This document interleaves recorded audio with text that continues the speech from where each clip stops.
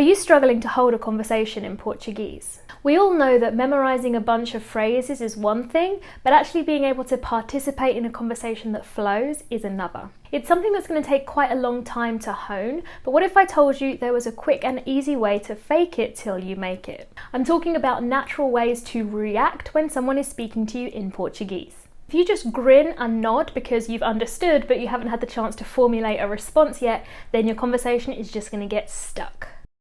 So if you are ready to learn some easy, natural reactions that are going to make you sound way more advanced than you actually are, give this video a like and hit subscribe if you haven't already.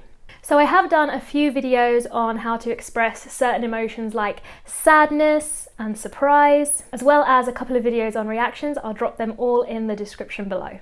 But here's a quick recap. To exclaim a certain emotion, you are going to want to use the word que.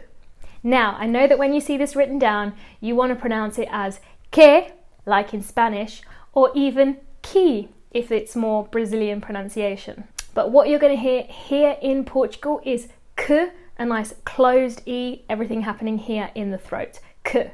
Closed vowels is one of the things that I cover in my free lesson for beginners. You should definitely check that out if you haven't already. It's linked in the description. So once you've got the que, you then need to add the noun.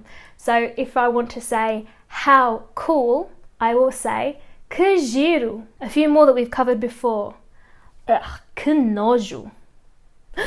Que susto. Que pena. So are you ready for some more? Que lindo. Que feio. Que medo! Que estupidez! Que sorte! Que escândalo! Que emoção! Oh, que nervos! Que barato! Que caro! Side note, one of the funniest things that my students often have trouble with is actually the single R.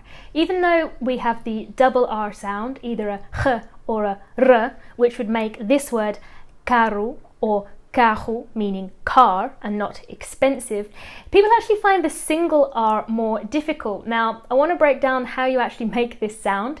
It's a r. So it's a single tap on the top of the roof of your mouth by your tongue, and it's kind of like if you were going rrr, you're just limiting it to one time, r.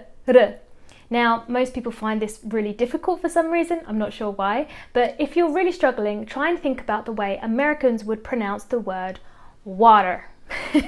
We mentioned this in my pronunciation, Brazilian versus European Portuguese, and Leo brought up the fact that the word catapult, right, where you have that t, is actually the sound we're going for here with the r, okay? In English, when we say a r sound, if you say that now, your tongue isn't touching your mouth at all, r, okay? But what we want to make the Portuguese sound like is a r.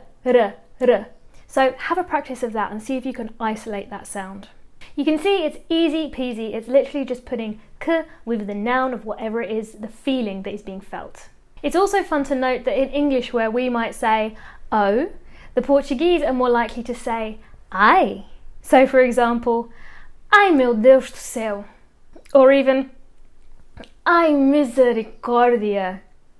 I love this one because my neighbour says it all the time, literally just shouts it in the corridors. Lord have mercy. It's brilliant, brilliant phrase. So hopefully this shows you that by learning just a few short reactions that you can drop into conversation is going to make your Portuguese conversations flow much more easily. And also show that you've understood with more than just a nod. Let me know what you want to see next, and if you want to dive deeper into the fundamentals of practical Portuguese, then visit my free lesson for beginners. It's linked in the description and it's waiting for you there. I'll be back at the same time next week. Ciao for now.